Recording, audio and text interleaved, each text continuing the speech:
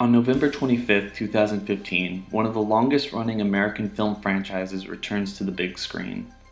Creed is a direct spin-off of the popular Rocky movies from the late 20th century.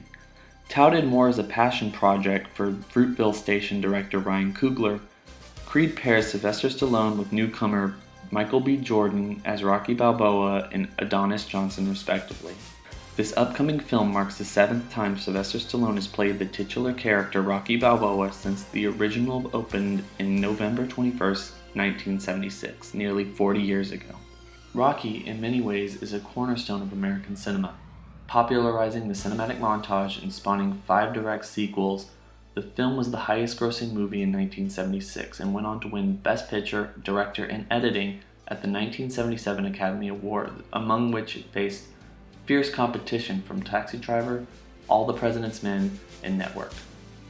However, one of the things that makes Rocky and its continued success truly interesting is its striking comparison to the genre of shonen manga made popular in the United States by series like Dragon Ball, Naruto, Bleach, and One Piece. Unfortunately, since my knowledge is rather lax in these series and everything besides Dragon Ball, I will only be making distinct correlations between Rocky and Dragon Ball in this video. However, it is my understanding that many of these popular shonen series have taken a great many inspirations from Dragon Ball, so I hope that this makes up for my argument and makes it a little bit more valid. Now, for those of you who may not know, shonen is a genre that solely relates to the manga portion of the story rather than its corresponding anime. Typically, shonens are characterized as high-action, often humorous plots featuring male protagonists. These mangas tell stories in which the protagonist must prove his skills, abilities, or maturity as he sacrifices for his honor, community, family, or even friends. As mentioned before, it isn't uncommon for shonen mangas to focus on themes as distinct as science fiction, martial arts, or sports, as the overall concept is universal in its underlying goal.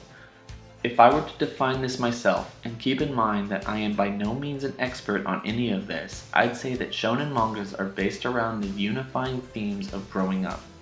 Life is difficult, and we constantly face challenges that we aren't ready for, be them from emotional, physical, social, or mental means. But it is through the love and support of our friends and family that we find the courage to face our fears head on despite the outcome, because in the end of the day, we are already winners. Okay, maybe that definition seems a little watered down to some, or maybe it doesn't have enough punches in it, but that's how I tend to see shonen storytelling.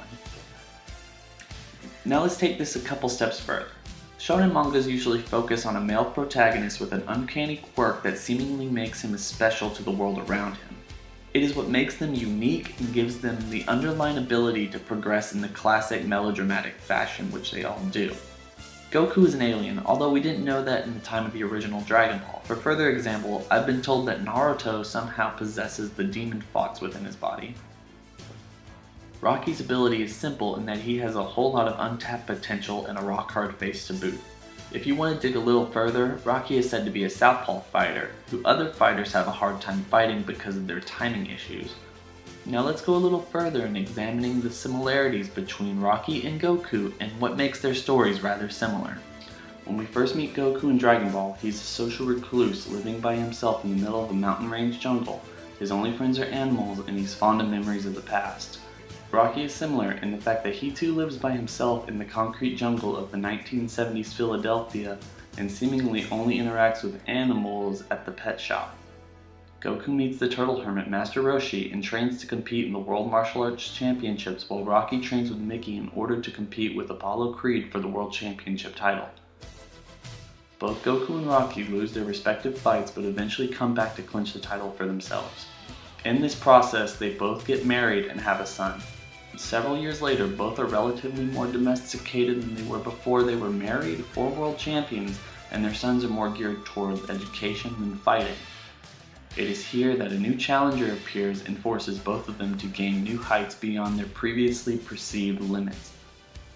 Along the way, enemies become mentors, mentors become friends, and stronger enemies kill those friends. And what about both franchises taking a step to focus on the main character's son as they reach new limits and overcome their demons, only to be effectively put back in the sidelines after an expanded time jump that serves to allow the protagonist to once again step into the main spotlight? Now, all of these similarities can be coincidental if not for a few extra points.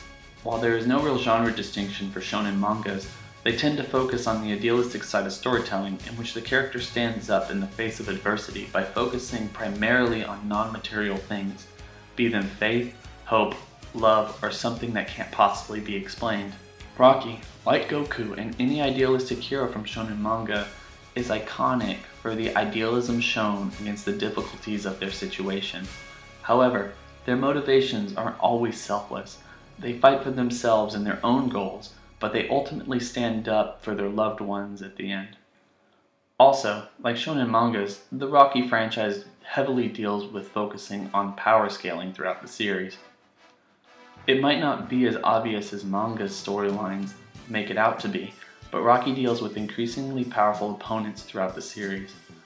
He goes from fighting personal battles to single-handedly winning the Cold War in under 15 rounds.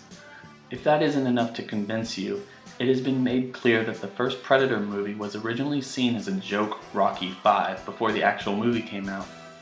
After the events of Rocky IV, no one thought that Rocky had anyone left to fight on this earth, so the joke was that he would start fighting aliens. But one of the most interesting comparisons is within the role of Rocky's wife, Adrian. The series has been around for a long time, and in that time shonen mangas have evolved. You see, in the earlier days, shonen mangas focused all the major roles amongst men and boys, while women and girls played supporting roles like sisters, mothers, girlfriends, and wives.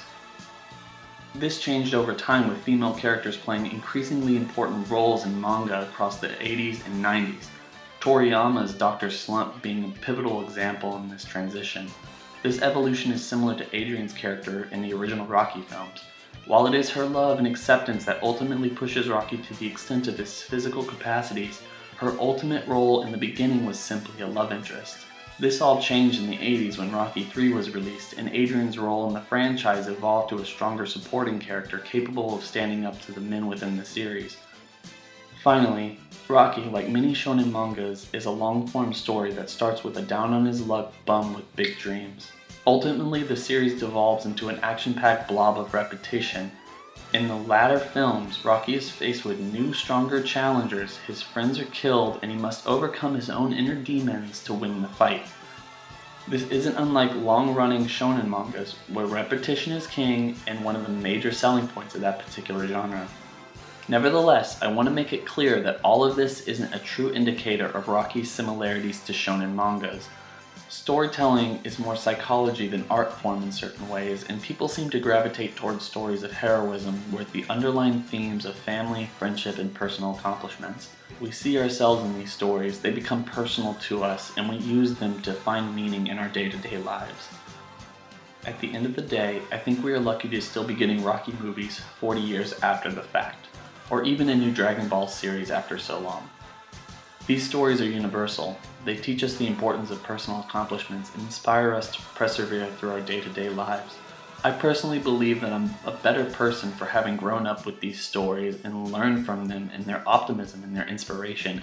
I can't wait to see Creed in November. I love this new Dragon Ball series, and I hope to only see this trend continue. I hope to get more of this stuff both in live action, manga, anime, and everything else.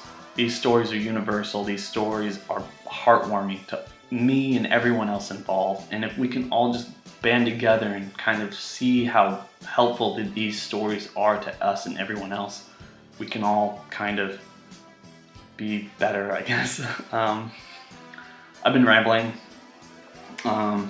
Anyway, that's going to do it for today's podcasts. I hope everyone has a good day, and bye.